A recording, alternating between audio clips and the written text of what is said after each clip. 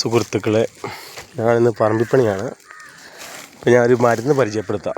ടോൺസിലിനുള്ള മരുന്നാണ്.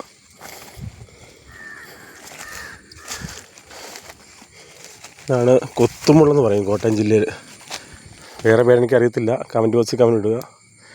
ഇതിന് തലയ്ക്കും ചെറിയ മുള്ളക്കുള്ള സാധനമാണ്. തലയ്ക്കും കല്ലുപ്പും കൂടി ചേർത്ത് അരച്ച് തൊണ്ണയിൽ പുരട്ടി കൊടുക്കുക. ഒരു 3 ദിവസം ഉപയോഗിച്ച് കഴിഞ്ഞാൽ ടോൺസിൽ എന്ന അസുഖം മാറിക്കിട്ടുന്നതാണ്. കൊത്തുമുള്ളെന്ന് പറയുന്നത്.